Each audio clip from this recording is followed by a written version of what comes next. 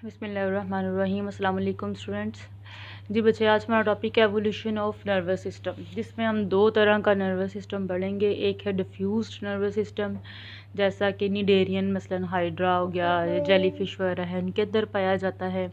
जबकि दूसरा है सेंट्रलाइज नर्वस सिस्टम, जो कि प्लेटियलमेंथीज, इन्हीं ज़रा कॉम्प्लेक्स किस्म के जो एनिमल्स होते हैं, कॉर्डेट्स, जिसके अंदर इंसान भी शामिल आए थे, उनके अंदर पाया जाता है। ठीक है, ये दोनों के अंदर वैसे डिफरेंस भी पूछ लेते हैं या इनका कंपैरिजन भी पूछ लिया करते हैं कि डिफ्यूज और सेंट्रलाइज नर्वस सिस्टम का कंपेयर करें या डिफरेंस लिखें। अच्छा बच्चा, सबसे पहले हम आते हैं डिफ्यूज्ड नर्वस सिस्टम की तरफ। ठीक है, तो ये वाला जो नर्वस सिस्टम है ये ज़रा प्रीमिटिव है, पुराना है। ये आप आगे डायग्राम देखो, ये आप देखें। ठीक है, ये हाइड्रा है आपके सामने। तो ये इसके अंदर जो नर्वस सिस्टम पाया जा रहा है ये है डिफ्यूज्ड नर्वस सिस्टम। तो पहली बात तो ये कि ये एक पुराना है, प्रिमिटिव है, पहले वाले एनिमल्स के अंदर ऐसा ही पाया जाता था। दूसरी बात ये कि आप इसमें देखेंगे कि इसमें ये नर्वस सिस्टम होता कैसा है, इसकी पूरी बॉडी के अंदर, हाइड्रा के अंदर, ये देखो आप जगह जगह एक न्यूरॉन का नेटवर्क बिखा हुआ है। बारीक बारीक से आपको लाइन नज़र आ रही है ना अंदर हाइड्रा के, ये एक नेटवर्क सा, न्यूरॉन का जाल सा बिछा हुआ है, जिसको डिफ्यूज्ड नर्वस सिस्टम बोल रहे हैं। और आपको दरमियान दरमियान में डार्क कलर के ये जैसे डॉट्स नज़र आ रहे हैं, ये गैंग्लियन है, और ये गैंग्लियन भी पूरी बॉडी के अंदर उसी तरह से मौजूद है।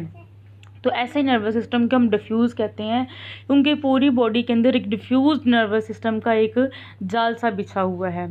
तो प्रिमिटिव है और इसमें कोई स्पेशलाइजेशन नहीं है, ये स्पेशलाइज किस्म का नहीं है। प्रिमिटिव जो है, कोई सेंसरी ऑर्गन आप देखेंगे इनमें नहीं पाया जाता, जैसे हाइड्रा के अंदर। ना ही इनमें जितने भी न्यूरॉन है, हम इन कह सकते हैं कि इनमें से कौन से न्यूरॉन सेंसरी है, कौन से न्यूरॉन जो है ये मोटर है, कौन से एसोसिएटेड है, ऐसा हरगिज़ कुछ भी नहीं कह सकते। सेकंड ये कि इसके अंदर हम ये भी नहीं बता सकते कि इसका ब्रेन कहाँ पर है, या स्पेशलाइजेशन ऑफ ब्रेन भी नहीं है, कोई स्पेशल सेंस ऑर्गन नहीं है। अगर ब्रेन होगा तो उसमें इंटरन्यूरॉन पाए जाएंगे ना। तो कोई ना तो सेंट्रलाइज नर्वस सिस्टम है, ना सेंसरी ऑर्गन है, ना न्यूरॉन की डिफ्रेंशिएशन है कि कौन से सेंसरी है, कौन से मोटर है, और कौन से जो न्यूरॉन है वो मतलब एसोसिएटेड है। टेंटिकल्स मौजूद है, अगर बॉडी के किसी भी हिस्से से कोई स्टिमुलस मिलता है तो ओवरऑल जो पूरी की पूरी बॉडी है वो मजमूई तौर पे इकट्ठी रिस्पॉन्ड देती है, यानी होल बॉडी जो है ना मतलब वो रिस्पॉन्ड देती है यूनिट की तरह।